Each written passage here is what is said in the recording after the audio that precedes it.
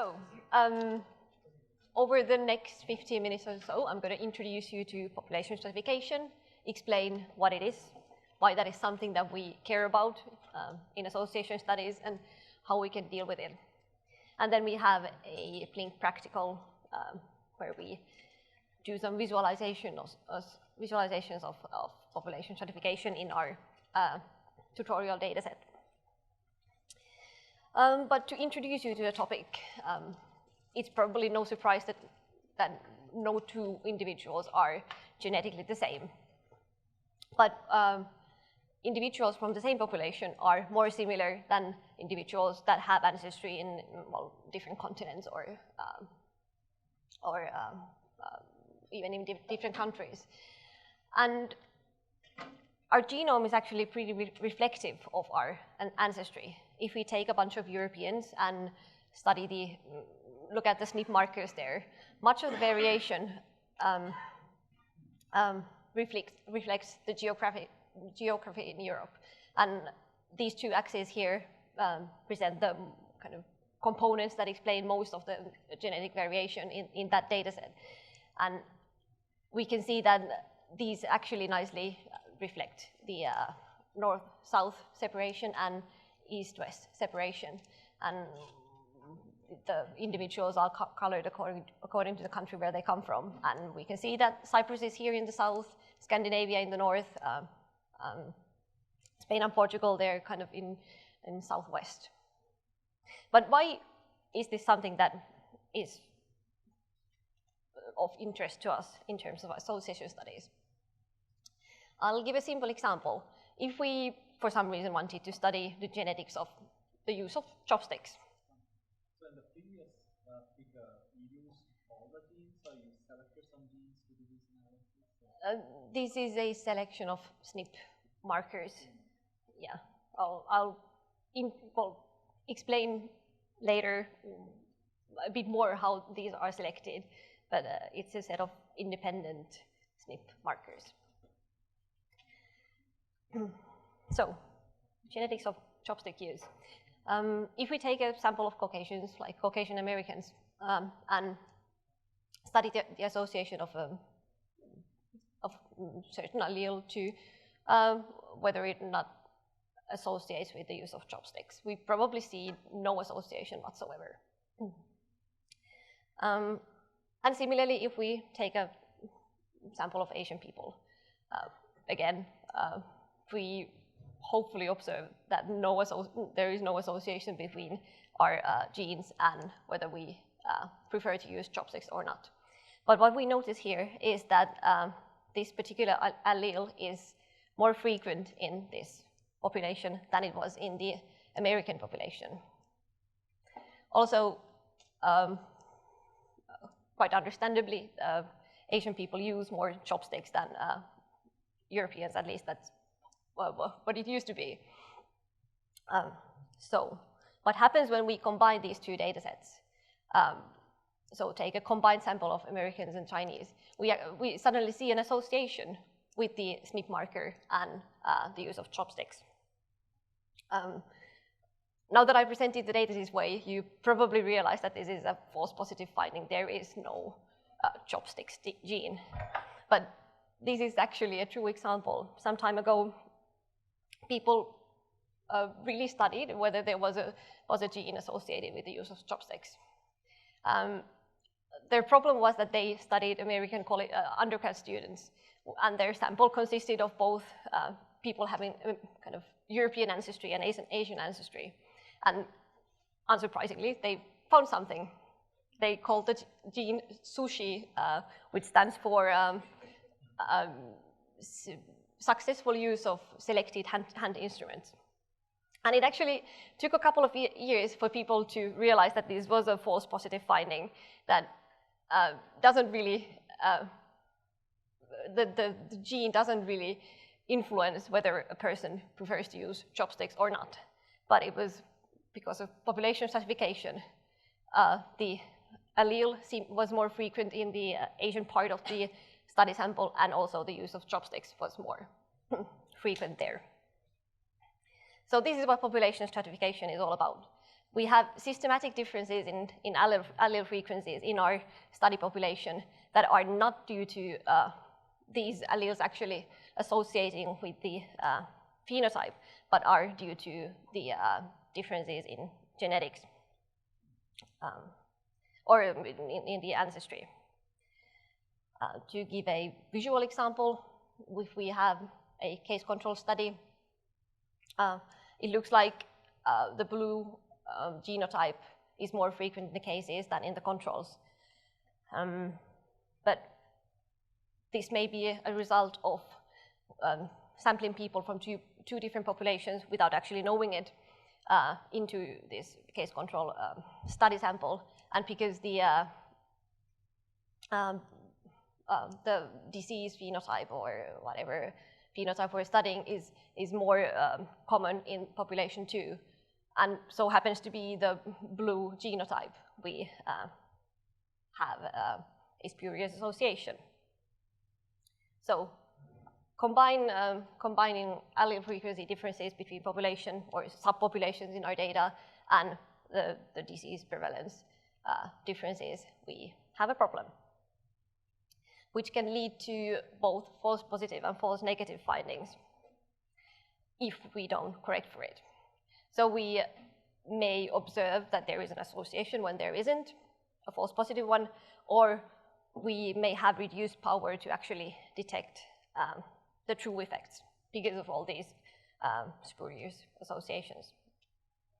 So this may actually have quite big influences on our effects. Here we have the difference in the gene frequency in our subpopulation, in our study sample, and the estimated effect of the allele effect. And we can either underestimate or overestimate our true effect, or even have reversal effects. To give another example, this doesn't only apply to case control studies, but also for quantitative traits. If we look at Europe, we know that the lactase gene, a certain allele there that determines whether you can digest milk sugar or not. The allele frequency is widely different between the Southern Europe and Northern Europe. And also there seems to be, or there is a known gradient between in height. People in Southern Europe tend to be shorter than the ones in Northern Europe. And again, if we do an association test, we find that there is an association between the lactase allele and height, whereas in fact this allele has little to do with influencing your height. How do you know that? By studying other populations?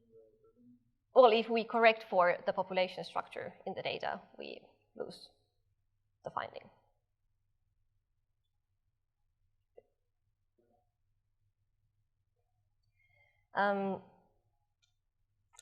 When we, I'm sorry, it doesn't project pretty that nicely, but an easy way to see if you're, when you've done your association analysis, an easy way to assess if there is some confounding from population stratification in your data is to do a QQ plot, where you plot the expected value of your test statistics against the one that you observe. Ideally, you want to have something, as in the plot here, where there are some points that deviate from your diagonal here. If you have case A, you have no association, but no inflation either. But cases B and C show a case where you should be concerned. You can see that your observed test statistics start to deviate from the diagonal quite early on here.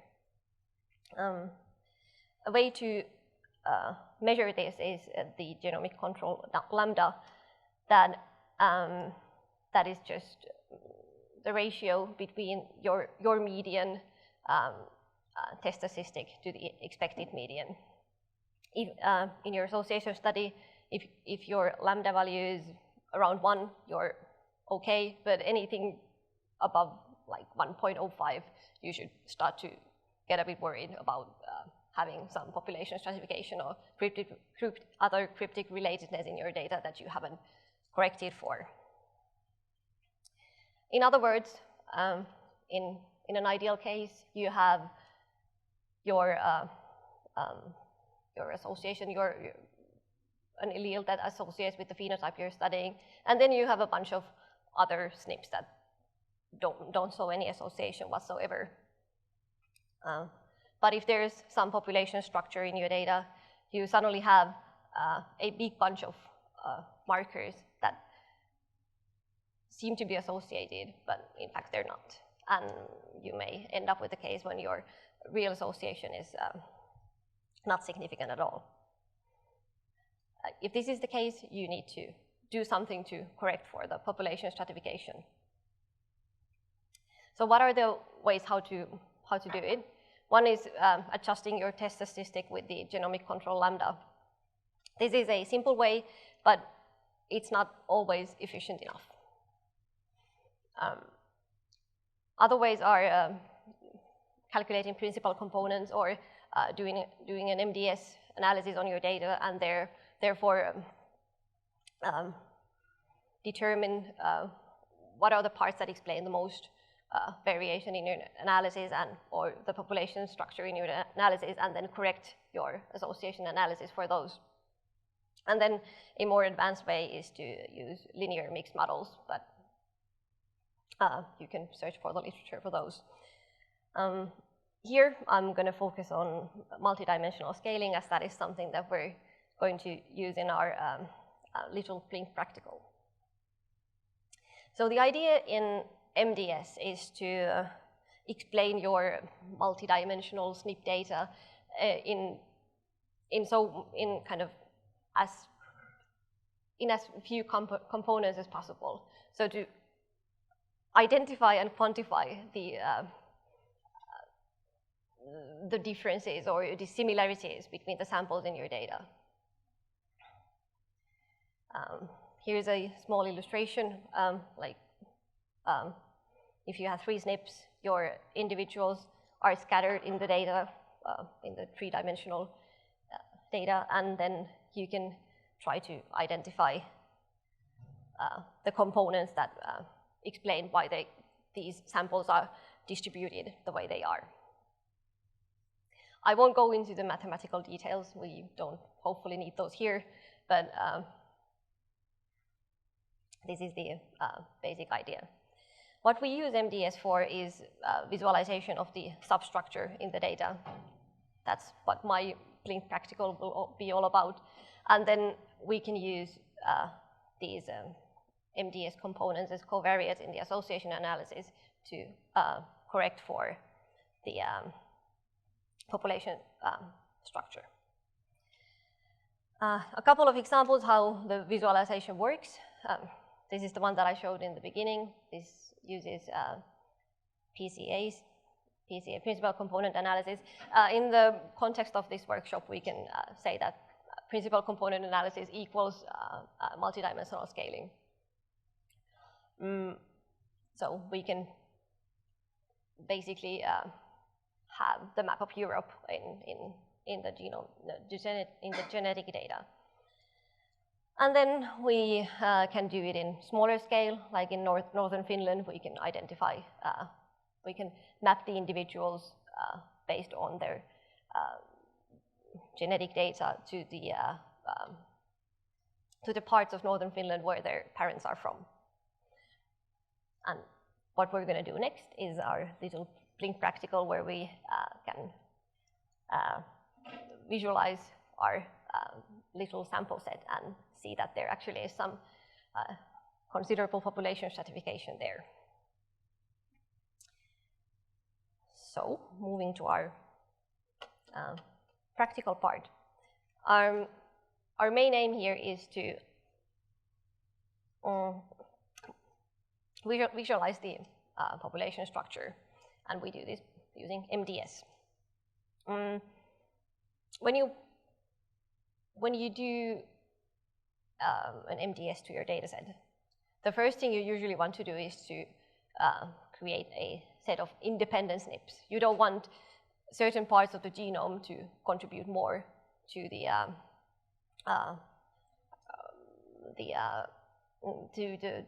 distances than some others. A great example is here, like there is a known large inversion in chromosome 8, and if you include all the SNPs in that region, you realize that these SNPs contribute far too much to the overall MDS than would be ideal.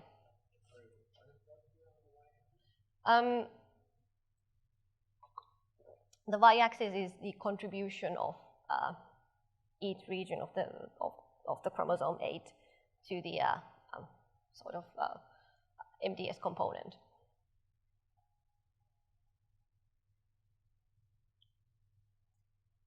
So in PLINK, this is something that we don't need to do now because our data set is small. It doesn't include SNPs that are correlated. But the command that you want to use is -- in-depth pairwise, where you determine the window size which you want to use when evaluating whether SNPs are correlated with each other, and how much you shift the window, and what is your correlation threshold. When do you want to get rid of the SNPs? As a result, you get two different files. One that includes the SNPs that you want, that has the SNPs that you want to include, the .in file, and then the ones that you want to exclude, the out file. And like, yeah, Werner didn't show this, but you can use the -- extract option to include only the SNPs that you want to include in your analysis. But as I said, we don't need to do this now because we have a nice tutorial data set, which includes only like 80,000 SNPs, if I remember correctly. Then the second step in creating or doing an MDS is to measure the identity by state sharing between the individuals in your data set. What this means is that you compare between each pair of individuals how do they genotypes match. And from two individuals from the same population, we usually see that they share more of their, or they have more similar alleles than individuals from different populations. And how this is done in PLINK is the -- genome, which is actually something that you already did in the last practical. As I assume you should have the HapMap1 _ genome .genome file in your directory. And this is something that it roughly looks like. I'm not sure if this is from the exact same analysis as yours, but we have the relatedness between the individuals, and the IBS distance is the DST column there.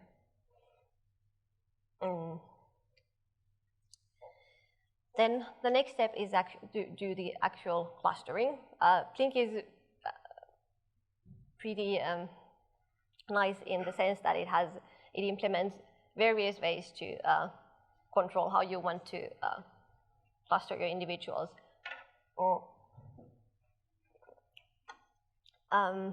For the purpose of if you want to adjust your association analysis, you don't necessarily want to include any constraints. How do you want to cluster the individuals? You just want to have the numbers for or the quantification for quantified value for each individual, how that individual compares to the other individuals in that reduced dimensional space. But as I said, there are ways to control if you want to cluster your data set into two pieces, or if you want to control whether you in your cluster you have individuals who only share are related to each other, so you can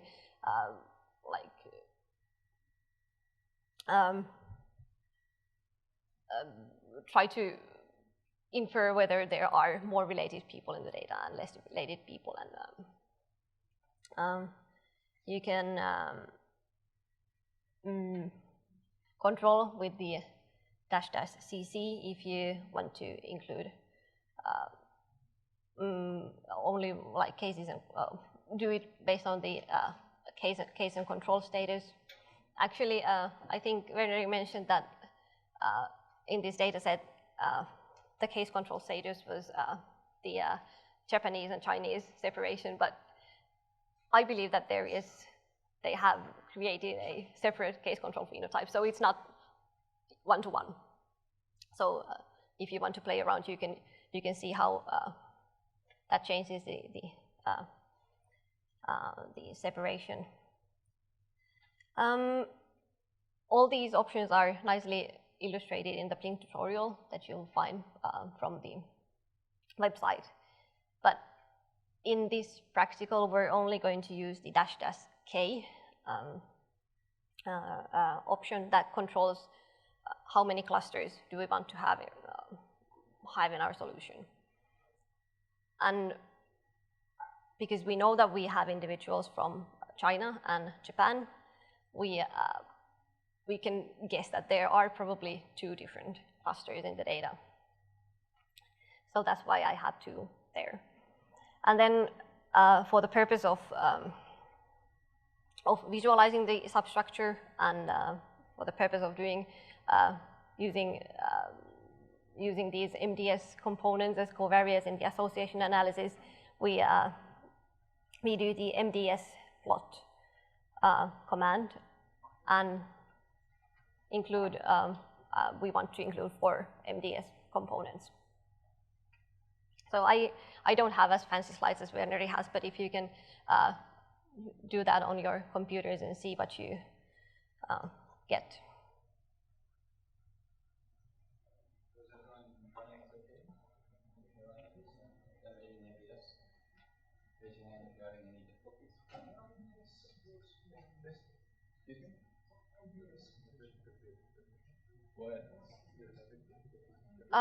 That was identity by state. So this is the overall pairwise similarity for all so every pair of comparisons and if you're looking at the slides from the Dropbox folder, I made some changes to have the files named as Werner had them, so the command may not be exactly the same there.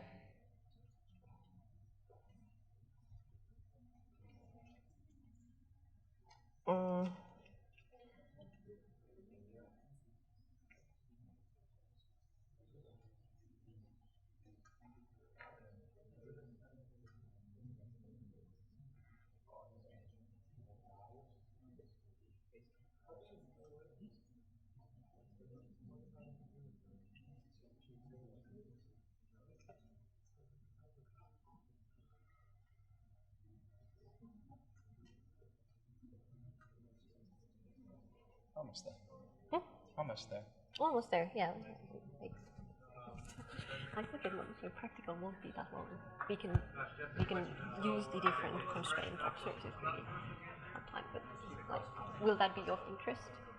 No, we can read about it. It's more to just get them running in.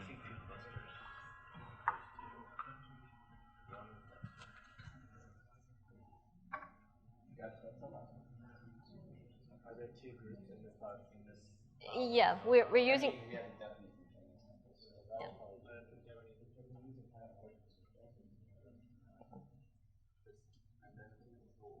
If that's the case, why is it constructed? How do you divide it in a way that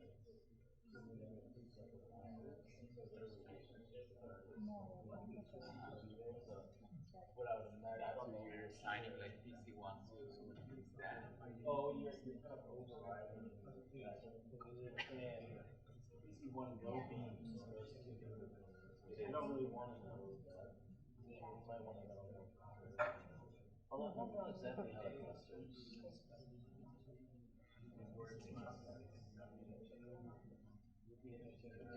The plots do not include the dash Well,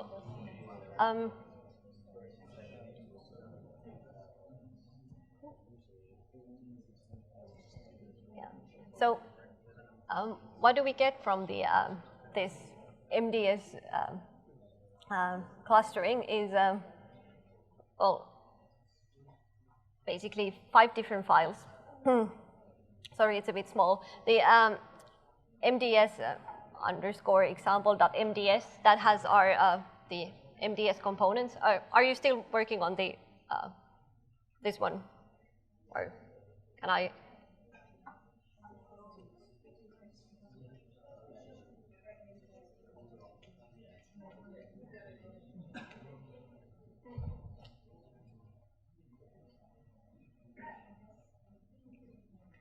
Okay.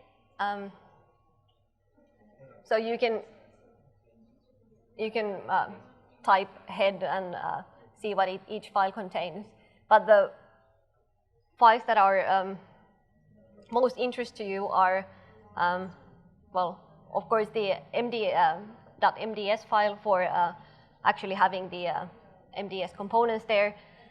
But then cluster 2 and cluster 1 file that shows how these individuals were clustered into the 2 groups that we defined that we wanted. There I've taken the header from the .cluster2 file. We can, the third column there shows the clustering or the result of the grouping.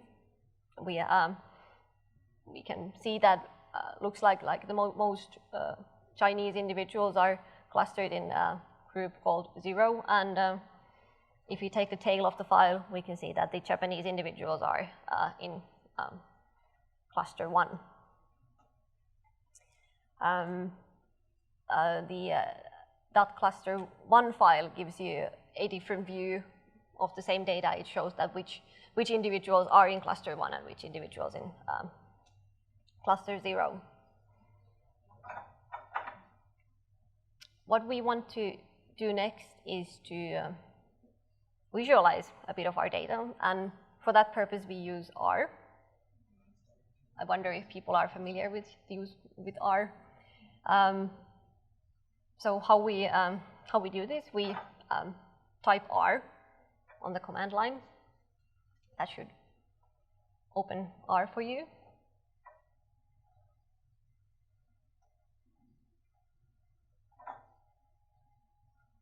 I guess we're there. And then we read our data. That is the MDS underscore example.mds file.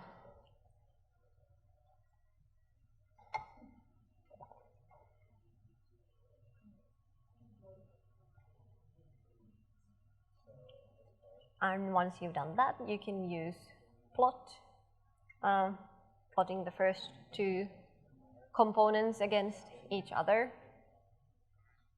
which should give you a plot that shows kind of a scatter plot showing 2 distinct groups. One point there, somewhat in the middle.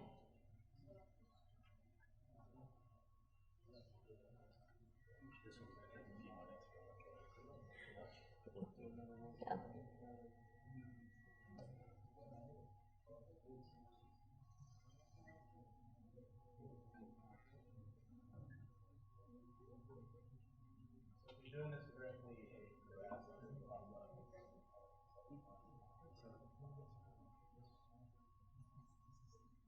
Do we all have a graph? Okay.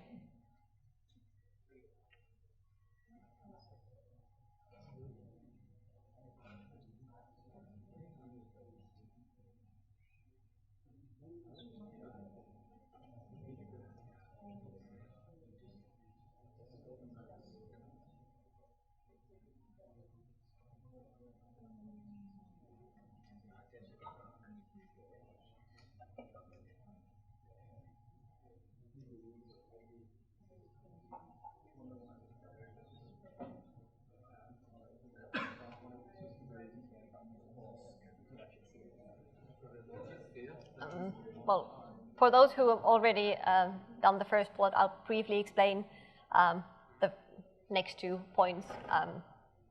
Because our dataset includes individuals from 2 distinct populations, and we know which individual is Japanese and which one is Chinese. We can color the points in our MDS plot according to this known ancestry. And there I assign the Japanese individuals green and Chinese individuals blue, and then plot it again using this green-blue distinction as the color option in the plot.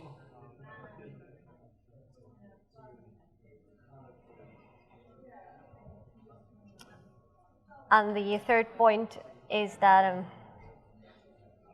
in our MDS file, we have the column SOL. Well, maybe you're still working on it, so I'm not explaining anything at this point.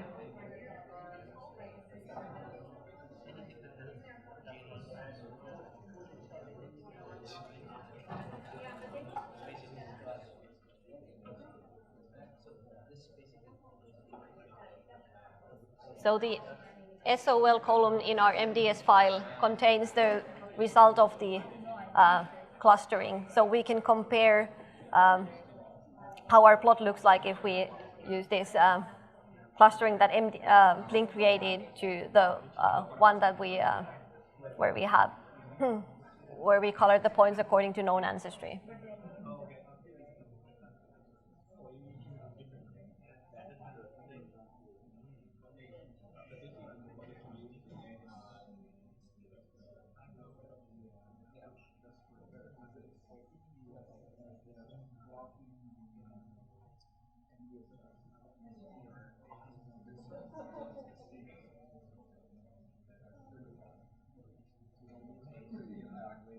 Are we getting nice plots?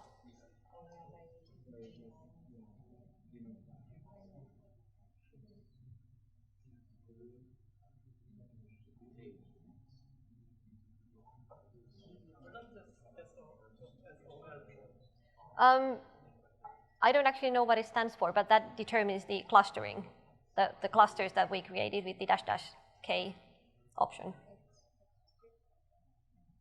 So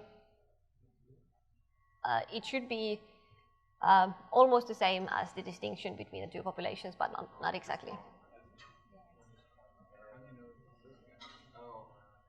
If you have time, you can try out plotting the data using the different components there. Like, is there any information in the 3rd or 4th MDS component? Just replacing the C1 and C2 with C3 and C4, for example.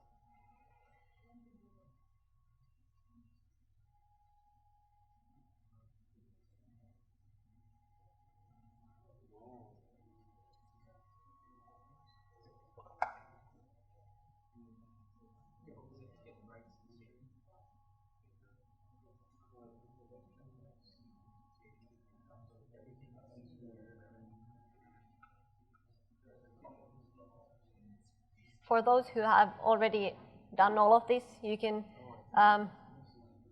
try out the different options for the constraints, like clustering the data based on case control status or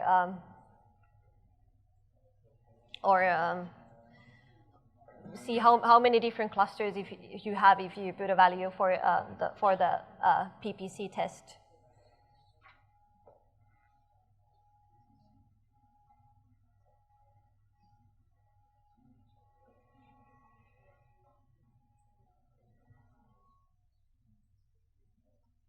Are we getting any plots? Yeah, most people are getting plots. And do you explain what this top width substructure? No, I'm getting criticized of my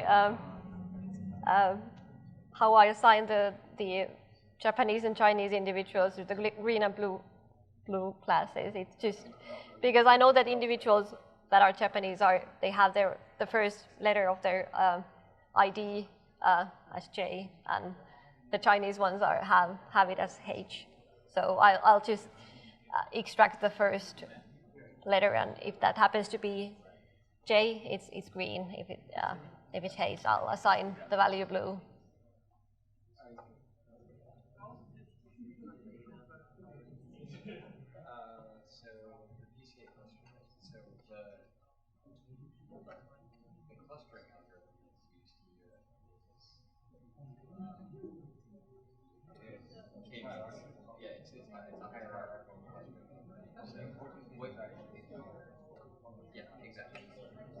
So it is what you're clustering.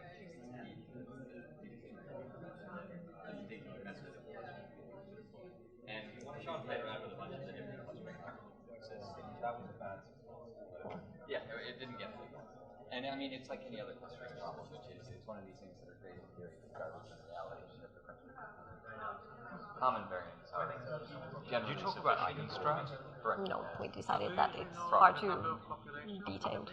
You can, but did you take a guess? No, have reference sorry, no, I populations didn't. that you can put them and include them in your analysis and that'll give you an idea about whether and then you can also do directional phenotype evaluation overall sophisticated Okay. evaluate important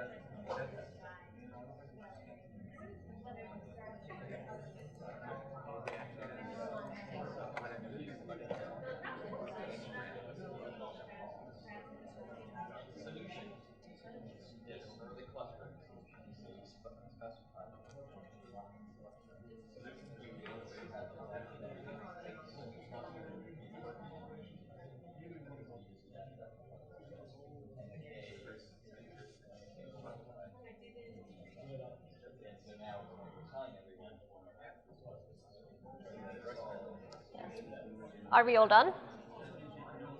Is it?